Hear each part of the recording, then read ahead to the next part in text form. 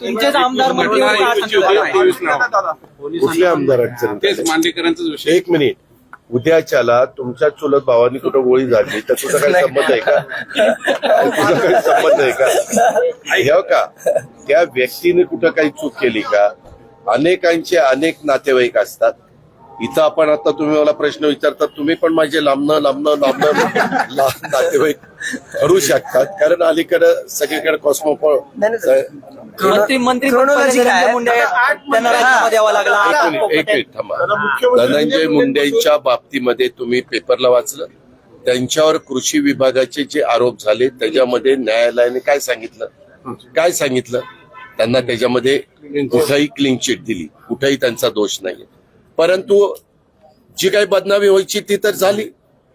तुम्ही तर सगळ्यांनी काय म्हणजे पेपरलाही बातम्या आल्या, प्रिंट मीडियामध्ये, इलेक्ट्रॉनिक मीडियामध्ये पण दाखवलं, सगळीकडे रकाने आले. आता अजून एक त्यांच्या संदर्भातली गोष्ट आहे, त्याच्याबद्दल पण कारवाई पोलीस यंत्रणा त्यांच्या पद्धतीनं करते. ह्याच्यातनं तर त्यांचं क्लिअर आलं, पण क्लिअर येण्याच्या करता त्यांना जो त्रास सहन करावा लागला, त्यांना जो मनस्ताप झाला, त्यांच्या परिवाराला जो मनस्ताप झाला, तो पुन्हा भरून येऊ शकत नाही ना बाबांनो.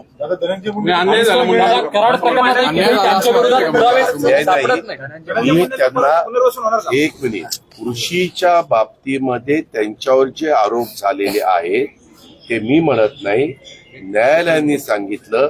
आणि ज्यांनी ते आरोप केले त्यांना काहीतरी त्याच्यामध्ये दंड पण 1 लाख रुपये का काही दिलेला आहे. आपल्या इथं न्याय व्यवस्था ही सर्वोच्च व्यवस्था आहे, त्यांनी दिलेला तो निर्णय आहे. त्या संदर्भामध्ये अजून एका गोष्टीच्या संदर्भात माहिती आम्ही घेतोय, त्याचे पूर्णपणे मला वाटतं न्यायालयीन चौकशी चालू आहे.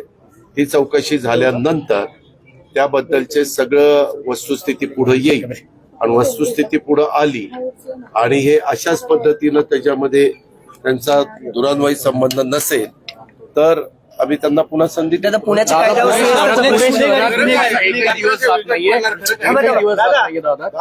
गाड्यांची वाहनांची तोडफोड होते, म्हणजे एका सलग 20-30 गाड्या. मी सकाळी आल्या सीपींना सांगितलं की सीपी, मी मागेही तुम्हाला म्हणालो की काही जण स्वतःची दहशत निर्माण करण्याकरता, गुंडगिरी निर्माण करण्याच्या करता, एक समाजामध्ये भीती निर्माण करण्याच्या करता येतात आणि गाड्या, मोटरसायकल, स्कूटर काचा फोडतात, गाड्यांचं नुकसान करतात. हे बऱ्याचशा ठिकाणी कॅमेऱ्यामध्ये कैद होतोय. त्यांना तुम्ही त्या बाबतीमध्ये पकडा. एक अशा पद्धतीचा मेसेज जाऊ द्या की पुन्हा कोणी तशा पद्धतीनं धाडस पण करता कामा नये. हे मी सकाळी पीएमसीच्या पण कमिशनरला, सीपींना सांगितलं, पुणे सीपींना पण सांगितलं. आता मला कळलं की चौबे पण आलेले आहेत. उद्या पीसीएमसीच्या परिसरामध्ये प्राधिकरणाच्या ऑफिसमध्ये 10 वाजता मीटिंग घेतलेली आहे. त्याच्यावर तिथं ते मला आले असतील तर निश्चित भेटतील, मी त्यांनाही सांगितलं. खरंच पडणार आहे, सातत्याने बातम्या येतात, संजय राऊत. याबद्दल मला सांगता येणार नाही. मी एवढंच सांगेन की राज्याचे मुख्यमंत्र्यांचा तो अधिकार आहे, कुणाला मंत्रिमंडळात घ्यायचं, कुणाला मंत्रिमंडळात काढायचं, हा सर्वस्वी अधिकार त्या राज्याच्या प्रमुखांचा म्हणजे मुख्यमंत्र्यांचा असतो. त्याबद्दल देवेंद्र फडणवीस साहेब काय तो निर्णय घेतात. ते त्यांच्या कामाला गेले. नीती आयोग कार्यक्रम होता तिकडं, त्याबद्दल काल सांगितलं. त्यांनी माझ्या माहितीप्रमाणे डायरेक्ट आम्ही त्यांना कॉन्ट्रॅक्ट दिलेलं नव्हतं, ते सब कॉन्ट्रॅक्टर होते. कॉन्ट्रॅक्टरची बिलं आम्ही देतोय. त्याच्यामध्ये एखाद्या तुम्ही प्रमुख कॉन्ट्रॅक्टर असेल आणि तुमच्या हाताखाली कोणी सब कॉन्ट्रॅक्ट म्हणून तुम्ही दिलेला असेल तर त्याचा राज्य सरकारचा दुरान्वय पण संबंध नसतो. कारण आमचं जे काय अग्रीमेंट झालेलं असतं ते कॉन्ट्रॅक्टर बरोबर झालेलं असतं. परंतु सध्या विरोधक असा कुठला मुद्दा निघाला तर दचा मा करायचा, अशा पद्धतीनं त्यांचं राजकारण चाललेलं आहे. त्यामध्ये एक मिनिट, तो जरी सब कॉन्ट्रॅक्टर असला तरी प्रत्येकाचा जीव महत्वाचा आहे. मी ती घटना घडली, ती दुर्दैवी घटना आहे, ती अतिशय मनाला वेदना देणारी घटना आहे. पण त्यांनी कुठल्या मेजर कॉन्ट्रॅक्टरच्या हाताखाली तो काम करत होता आणि त्याने त्याचं का बिल दिलं नाही, त्याला कारणं पण वेगवेगळी असू शकतात, परंतु त्याची इत्थंभूत माहिती घेतल्याशिवाय आपण त्याबद्दलचं काही मत व्यक्त करणं हे उचित दिसणार नाही. पण मी काल ज्यावेळेस माझी चीफ सेक्रेटरी आणि बाकीच्यांच्या बरोबर एक मीटिंग झाली त्याच्यामध्ये आम्ही माहिती घेतली तर तो डायरेक्ट राज्य सरकारच्या कॉन्ट्रॅक्टशी संबंधित नव्हता.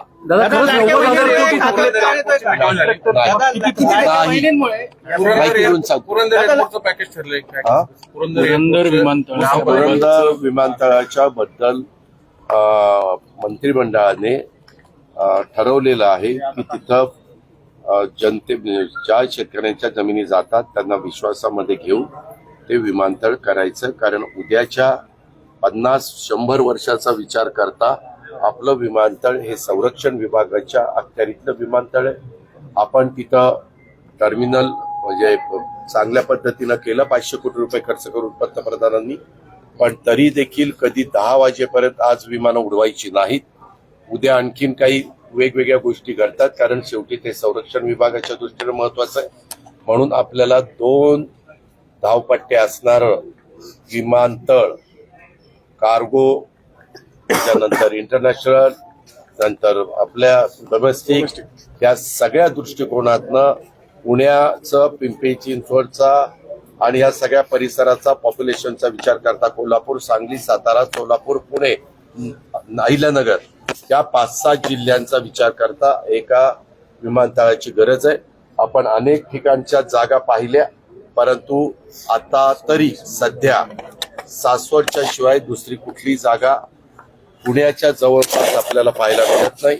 निश्चितपणे तिथल्या काही गावकऱ्यांचा, शेतकऱ्यांचा विरोध आहे.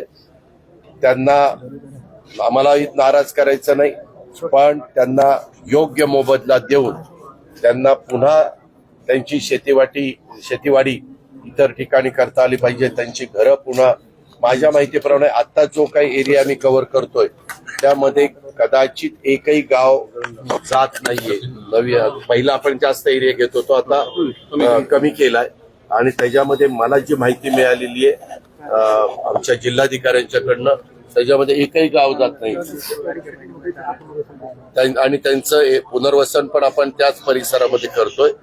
त्याच्यामुळं जसं आपण आता टाउन आपल्या एमआयडीसीला सुरू केलंय आणि ते सुरू केल्यापासून एमआयडीसीला बऱ्यापैकी लोक प्रतिसाद द्यायला लागलेले आहेत. त्याच धर्तीवर कलेक्टरांना मुख्यमंत्र्यांनी सूचना केलेल्या आहेत. आता अधिवेशन चालू असताना त्याच्याबद्दलची एक आढावा बैठक मुख्यमंत्री महोदयांनी घेतली. मी आता प्रश्न विचारला म्हणून माझं त्या भागातल्या जनतेला आव्हान आहे, ते पण आमचीच लोक आहेत. तुम्ही कृपा करून त्याच्यातनं गैरसमज करून घेऊ नका, त्याच्यातून गैरार्थ काढू नका. आपल्याला आपल्या शहराच्या आणि या सगळ्या परिसराच्या दृष्टिकोनातनं ती जागा जर विमानतळाच्या योग्यतेची निघालेली आहे, त्यामुळं आपल्याला तिथं विमानतळ करावं लागणार आहे. पण तुम्हाला आम्ही वाऱ्यावर सोडणार नाही. तुमचा अतिशय व्यवस्थितपणे पुनर्वसन आम्ही करू. कंदमाळ्याच्या पुलाबाबतचा जो अहवाल तो अहवाल आलेला आहे, त्याच्याबद्दल पण शासनाने योग्य त्या सूचना दिलेल्या आहेत. आणि त्याच्यात तुम्हाला मागच तुम्हाला सांगितलं का मुंबईला सांगितलं आता लक्षात नाही, परंतु त्यामध्ये सेक्रेटरींच्या अध्यक्षतेखाली एक कमिटी केलेली आहे. त्याच्यावर आता जिल्हाधिकारी यांच्या वरचे सेक्रेटरी असतात. त्याच्यावर जिल्हाधिकाऱ्यांनी जी चौकशी केली त्याची संपूर्ण माहिती जिल्हाधिकारी आता सचिव महोदयांना देतील आणि ती पाठवली पण.